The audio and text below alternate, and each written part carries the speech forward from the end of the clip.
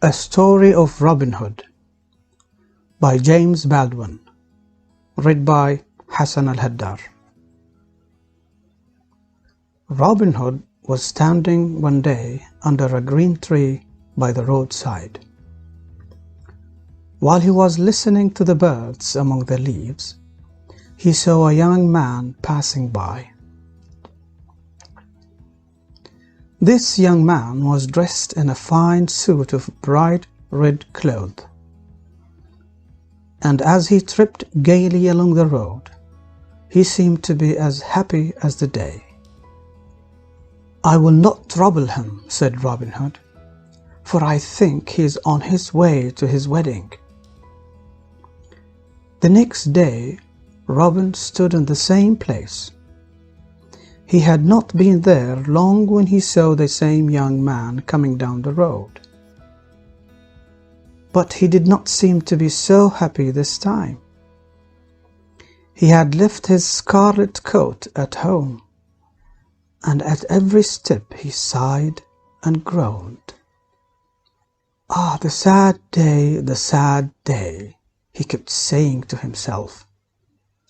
Then Robin Hood stepped out from under the tree and said, "I say, young man, have you any money to spare for my merry men and me?" "I have nothing at all," said the young man, "but 5 shillings and a ring." "A gold ring?" asked Robin.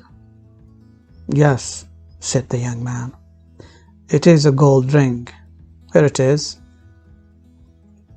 "Ah, I see," said Robin. "It is a wedding ring." "I have kept it these 7 years," said the young man. "I have kept it to give it to my bride on our wedding day. We were going to be married yesterday, but her father has promised her to a rich old man whom she never saw, and now my heart is broken." "What is your name?" asked Robin. "My name is Allen Dale," said the young man. "What will you give me in gold or fee," said Robin, "if I will help you win your bride again in spite of the rich man to whom she has been promised?" "I have no money," said Allen, "but I will promise to be your servant."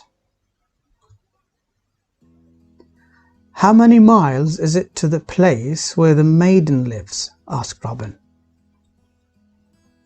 "It is not far," said Allen, "but she is to be married this very day, and the church is 5 miles away."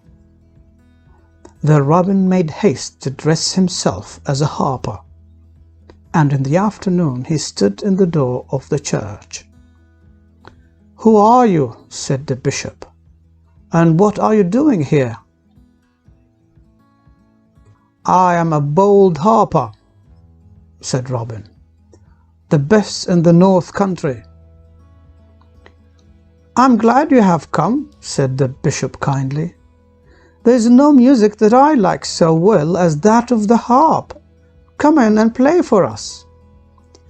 "I will go in," said Robin Hood, "but I will not give you any music until I see the bride and the bridegroom." Just then an old man came in.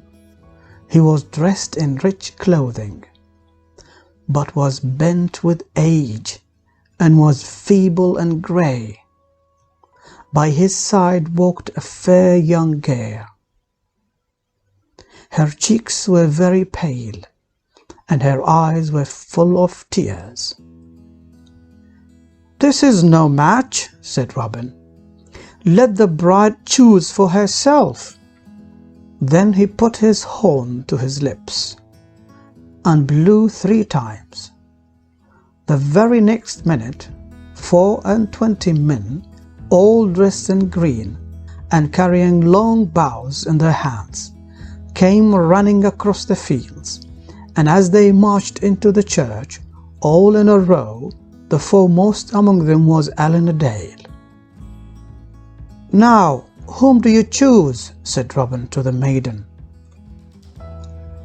"I choose Eleanor Dale," she said, blushing. "And Eleanor Dale you shall have," said Robin. "And he that takes you from Eleanor Dale shall find that he has Robin Hood to deal with." And so the fair maiden and Eleanor Dale were married then and there.